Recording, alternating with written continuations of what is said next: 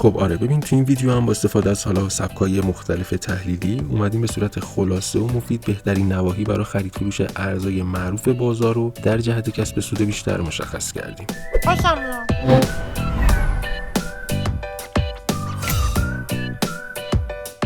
بریم سراغ ارز CRV. ما قبلش اومدیم تحلیل کردیم این ارز CRV رو، اینجاها هم بود گفتیم چون خیلی ریسکیه باید ماهانه بریک کنه و واقعا هم همینجور شد. گفتیم ماهانه زون مخالفش رو بریک کنه، چنج آف کاراکتر بده، چاک متن من بده، هایی هم هست کرده این وسط الگوی CP. خب حتی ممکنه تا ابتدای CP تا بدنش رسیده و الگوی CP لیکویدیتی رو به من داده و این ناحیه رو استاپ کرده و حالا رفته بالا و داره پول بک میزنه. اگر باز میریم از ناحیه دیسکانت این داستان رو بخوایم استفاده کنیم براش، کجا مناسبه بخرید، منتظر پول بکش باید باشیم چون ممکنه به اینجا نرسه، ممکنه به قیمت 31 سنت نرسه، شما در قیمت 47 سنت خرید پله‌ای اولت خواهد بود، چیزی که استرنج مشخص کرد برای من.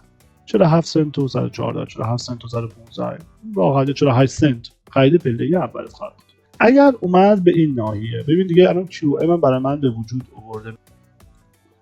حالا این QM چه QM هم شده، سطح MPL هم داره، میبینی سطح MPLش میتونه هولوش 37 سنت باشه. پس خرید اول روی 47 سنت یا 48 سنت، خرید بعدی روی 37 سنت میتونه باشه. خب این یه QM همونطور که داریم میبینیم QMش هم تو ماهانه است. بچه‌ها تایید کندلی این گلف رو داریم میبینیم. بچه‌ها چاک 3 ماه هم داریم، تایید خیلی قوی داده، ولی در بازار 100% ما نداریم. پس ما منتظر میشیم اسلام رو بزنه به اون خریدایی که گفتیم، اونجا شکارش میکنیم. حالا اگه بعد بخواد این حرکت خودش رو آغاز کنه به سمت بالا، QM بعدی که اینجا یک چالش داره برای خودش. چالشش چیه؟ وقتی مثلا اومد اینجا پول بک رو زد، شما خریدید، میاد اینجا و اینجا دوباره سقوط آزاد. حالا تقاضاهای جدیدی که ساخته رو باید در نظر بگیرید. چرا؟ چون اینجا توی QM همون که گفتیم که میخواد یه سقف یا کف 3 تا سناریو دارن. حتی اگر مثلا شما اینجا یک QM مثلا سعودی، مثلا فرض مثال میگم مثلا یک QM سعودی مثلا اینجا بوده که در واقع مثلا به این صورت بوده، این QM سعودی، این QM سعودی داشتیم، چندین حالت به وجود میاد. قبلا راجعش صحبت کردیم، 3 تا حالت به وجود میاد. یا استاپ هاندش میکنه، الگوی دیاموند الماس RTM، یا سواب زونش میکنه و پرقدرت بریکش میکنه و پول بک میزنه و میریزه، مثلا ادامه روند رو میره، یا هم نه واقعا بهش واکنش نشون میده.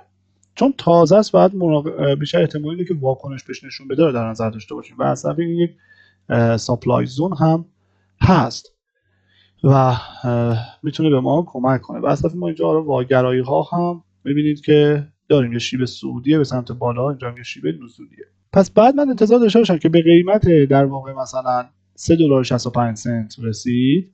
اگر از اینجا فیبوناچی بگیریم سود بری نمیشه، 600% سود میشه. اینجا احتمال سیف سود یا واکنش اگر داشتیم تاییدایی داشت سیف سود کنیم، چون اینجا خودش دقیقاً میره تو قیمت گران فروشی و قیمت های ارزان فروشی مثلا اینجا در میاد. اینم از بحث CRV. بریم ارز لینک. به تحلیل زمانی های خودش رسید، $28 رو تاچ کرده. بریم هفتگی روند سودی و جای مناسبی بوده. اگر من استرنج رو از اینجا هم بندازم تا اینجا، ببینید تا ناحیه دیسکانت 50% اکالوبیا اومده. اینا دیگه فلگ لیمیته، ناحیه دیسکانت بوده، جای بسیار مناسبی بوده. اگر من فرض مثال اینجا خریدمو زده باشم $19، اگر فیل شد چی؟ بعد اومد پایین چی؟ اینجا ناحیه بعدیه. چرا این ناحیه بعدیه؟ چون تحلیل زمانی چون من گفتم اینجا میتونید یه خرید پیدا بزنید در قیمت $14.20 و اگر باز فیل شد سطح MPN بعدی دقیقاً استرنج $11.5. ما اومده به اینجا برخورد داشته، ممکنه این زون جواب بده، درسته؟ بریم تو دیلی یه نگاهی بکنیم، قندیلی که پر کرده اصلا. حالا اگر این زون قرار باشه جواب بده، میبینید شما میگه از دستش دادید، من میگم نه هنوز دستش ندید، ناراحت نباش. ما اینجا واو ترید داریم میبینیم، میبینید دو قله رو بریک کرده، درسته؟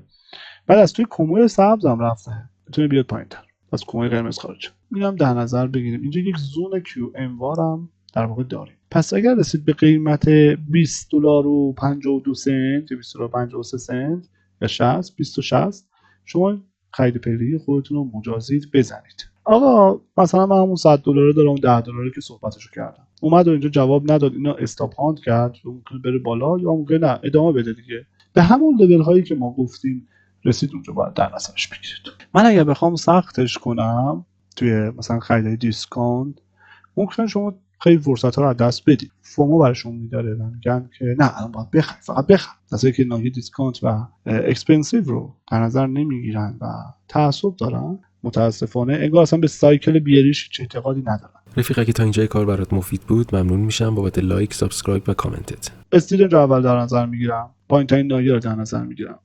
اما این کار یا با وسط MPL هم ترکیب شده باشه، مثلا اینجا دقیقاً $12.18. ولی این کار ریسکیه. چرا؟ ریسک از چه جهت؟ ریسک از این جهت که خب ممکنه آقا قیمت به این فلگ لیمیت تو که اینجا یه رالی بیس رالیه و جواب بده و بره ادامه بره و طرف دست بده. بخاطر این تقسیم خرید پلی می‌کنیم و منیجمنتش رو داریم. این قندرم که میاد قشنگ پور کرده و تارگت‌های خاص خودش رو داده. باگرایی هم داریم و این باگرایی ممکنه بد باشه، واقعا ممکنه اصلا این زون فیج و چون واگرایی داریم احتمال این که پایین‌تر هم بیاد اینجا هست. پس مراقب باشید. میتونید خرید پلیتون همون $15 بذارید. ارز بعدی که می‌خواستم در نظر بگیرم ارز ایاسه. چاک متن اینجا ما داده اول از همه و این ساپلای زونی که با خط روند بریک شده اینجا رو حذف کرده و این خیلی خوبه. این باعث میشه که موانعی که سر راهش رو حذف کنه و یک دیمنزونی رو به وجود آورده که این دیمنزون با حذف ساپلای زون های مقابله بوده در واقع به وجود و کنسشن بگم با همین کندل قرمز پین بار نزولی که اینجا رو حذف کرده رو انجام داده. اولین جایی که باید برای در واقع ایاس دنبال خرید باشیم در قیمت 61745 هست. بعد یه قیمت دیگه ای داریم، قندیلیه که شما دارید میبینید در قیمت $4. ما اگر بخوایم خیلی راحت بگیم اینجا یه خرید پلی توی همون 62 یا حالا 60 مثلا 3 خیلی سختش بگیریم که دستش هم ندیم 63 خرید پلی رو بزنیم تارگت اولمون مثلا 569% سود به ما میده در $4.25. تارگت های بعدی میتونه در واقع بالاتر باشه چون اینجا سفارشات اگر نگاه کنید پر کرده، خیلی راحت‌تر میتونه موانع رو رد کنه. وقتی تقاضاهایی میسازه به این کوم میخوره و نوسانات به وجود میاد و تقاضا به این صورت مثلا به وجود میاد، استحقاق به وجود میاد، دور خریدای پله‌ای به انباشت شما اضافه میکنید و میتونه این نقدینگی رو برداره. و بعد ما چون برای اینکه کامل یک تریدینگ رنج کامل در نظر گرفتیم، اگر بخوایم فیبوناچی بندازیم دیگه تارگت منطقی در نظر بگیریم، اینا همش بر اساس دیدگاه تکنیکال 100% نیست دوستان. روی $36.56 لول 1.618 فیبوناچی تارگت منطقیه، به شرط اینکه این ارز بتونه زنده شه و به سودهای خودش ادامه بده، بخواد دوباره جونی بگیره چون معلوم نیست. بریم سراغ ارز سلر. ببینید من سلر رو منتظر بودم در قیمت نشد به اونجایی برسه که بخوام اول از همه و اینکه اینجا میگه که واگرایی مخفی هم داریم، این واگرایی مخفی و این واگرایی انجام شده و داره میاد به سمت این QM. دقیقا جای خوبیه شما میتونید اینجا خرید بزنید. چرا ما این داستان رو داریم؟ ببینید نگاه کنید اینجا یک زونه لول داشتیم در واقع پشت سر هم بوده، به خاطر همین لول رو بعد لول اولیه واکنشش رو داشته.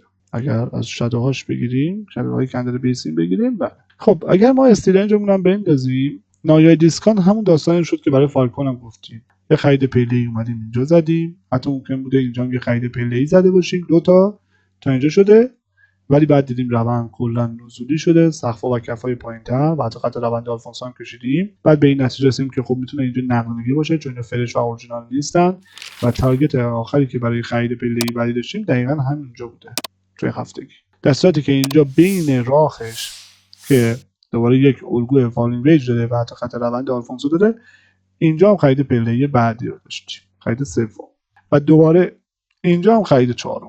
میتونیم به این انباشت‌های خودمون توی سلر نتورک اضافه کنیم. تا این قندیل رو داده تارگتش رو و یک توی تریدینگ رنج، وقتی که این تریدینگ رنج رو بریک کنه به اندازه همین تریدینگ رنج امکانش هست بره بالا تا قیمت در واقع تا قیمت 10 سنت میتونم براش تارگت در نظر بگیرم. شما از همینجا تا 10 سنت 653% بهتون میده. حالا اگر فیبوناچی بندازم روی 31 سنت و 71 هم به ما تارگت میده. اگر اصلا اینجا یه خرید پله‌ای بزنید تا اینجا 2000% سوده.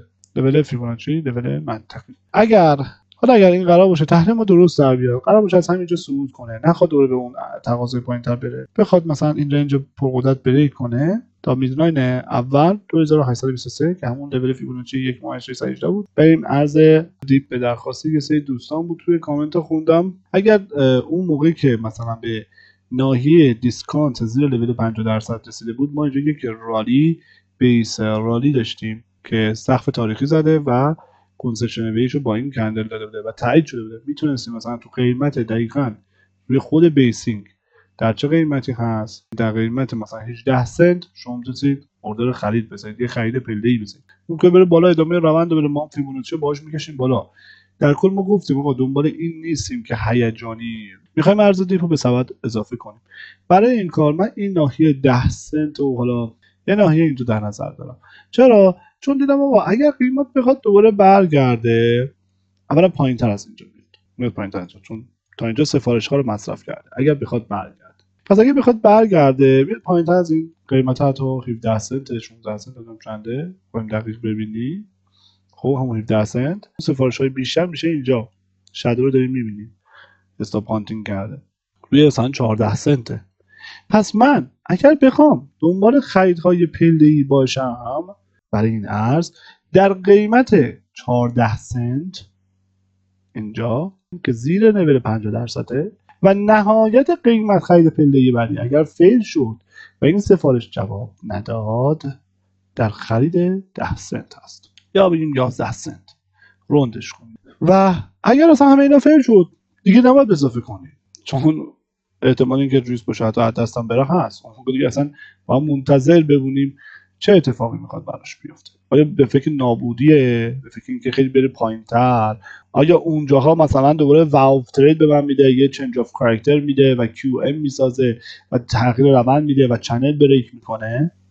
ما از آینده خبر نداریم. به خاطر اینه که منیجمنت در سرمایه گذاری به شما کمک میکنه. گفتیم اگر $100 داشته باشی پس $10 اینجا به شما میده. حالا اگر اینجا اومد و یک واو ترید داد و بعد دوباره پول بک زد به این واو ترید شما یا به کیو ام شما یا حتی ام تی آر آلبروکس، من دیگه از ستاش گفتم آلفونسو و آلبروکس و آر تی ام به شما اینا داد، دوباره رو پول بکش میاد $10 مثلا اضافه کن. به این صورته به انباشتات اضافه میکنیم. های رو های مثلا برای شما زد، سقف بالاتر و کفت بالاتر مثلا ساخت. خب های ساخت روی های لوها. واقعیت سرمایه گذاری وقتی روند سعودی با روند حرکت میکنی ولی در ریتیستش، در اصلاحش، در قیمت مناسبش.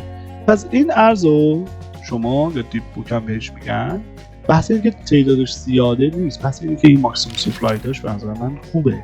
یعنی مشخص کردی کلا من انقدر اون بحث تورم و این داستاناشو دیگه فاندامنتال کارها هست. حالا یه موضوع مهم دیگه رو بهتون بگم. تو همین ویدیویی که الان رو صفحه بهتون نشون میده ما اومدیم و بهترین ارزهای دیجیتال بازار رو با دلیل و مدرک انتخاب کردیم و هم از نظر زیرساخت و هم از نظر تکنیکال بررسیش کردیم تا بتونی انتخاب بهتری داشته باشی و سردرگم نشی که الان چه ارزی بخریم بتونیم بیشتر روش سود بکنیم. هیچ 100% تو بازار نیست، اما همیشه باید دنبال بهترین باشیم. دمت گرم باشه همراه ما بودی